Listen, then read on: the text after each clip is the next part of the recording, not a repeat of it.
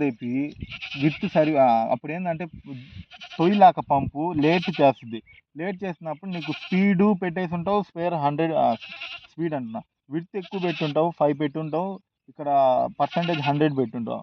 అప్పుడు ఏమవుద్ది అయినా కవర్ అవుతుంది, 0.35 కొడుతుంది. అంటే 1.5 సారీ 70 సెంట్లు 80 సెంట్లు కొట్టేస్తుంది. ఆడికి ముందు ఇంకా ఉంటుంది, సారీ ముందు ఎక్కువ మిగలద్ది, కొట్టిన 40 ఎకరా పైన కొట్టిన ముందు మిగిలేస్తుంది. అప్పుడు ఏంటంటే స్పీడ్ పెంచుకోవాలి, స్పీడ్ పెంచుకోవాలైనా స్లో చేసుకోవాలైనా ఏదో ఒకటి.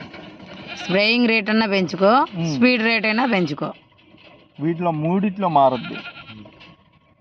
ఇంకోటి వచ్చి ఇది అవసరం రాడార్ ఆల్ట్. అంటే రాడార్ అంటే ఎంత హైట్లో పోయి కొట్టాలనేది ఆ సెన్సార్ వేసుకోవాలి మనం.